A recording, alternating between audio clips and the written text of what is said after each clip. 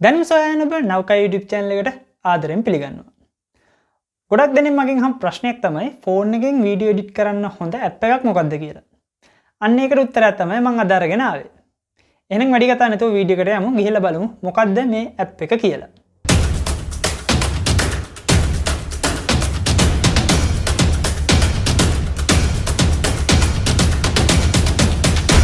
App Store එකට හෝ Play Store එකට යන්න ගිහිල්ලා CapCut කියලා සර්ච් කරන්න. සර්ච් කරාට පස්සේ එන පළවෙනි app එක install කරගන්න. මෙන්න මේක තමයි app එක.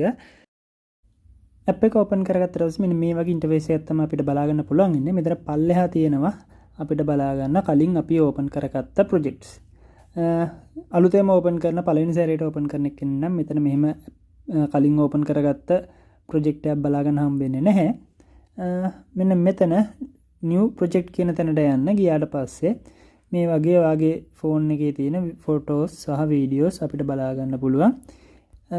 ඒකෙන් කැමති එකක් අපිට ඒකට එඩ් කරගන්න පුළුවන්. මම දැනට එක වීඩියෝ එකක් ඇඩ් කරගෙන පෙන්නන්න. මෙහෙම ඇඩ් කරගත්තට පස්සේ මෙන්න මෙහෙම පැත්තට යන්න පුළුවන්. පැත්තට ගියාට පස්සේ මේ අන්තිමේටම තියෙන app එකේ default වෙන වීඩියෝ ක්ලිප් එකක් තියෙනවා. CapCut කියලා වීඩියෝ ක්ලිප් එකක්. ඒක delete කරගන්න.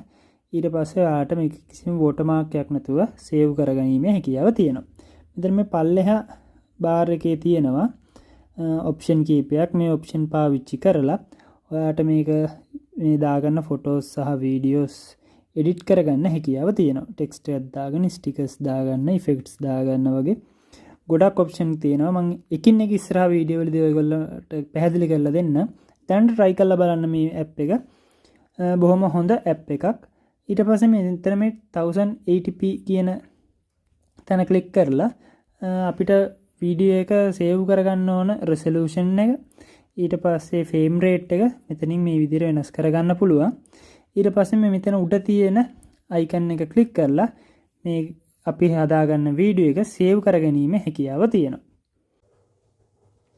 අද වීඩියෝ ගැන ඔයාගේ අදහස් පල්ලෙහා comment section එකෙන් දාන්න. මේ වගේම තවත් වීඩියෝ බලන්න කැමති නම් නෞකා YouTube channel එක subscribe කරලා bell icon එක click කරලා තියාගන්න. එතකොට අපි වීඩියෝ එකක් දාපු ගමන් ඔයාලට notification එකෙන් දැනගන්න පුළුවන් වෙයි. එහෙනම් තවත් වීඩියෝ එකකින් හමු වෙමි බලාපොරොත්තු වෙමින් අදට සමු ගන්නවා.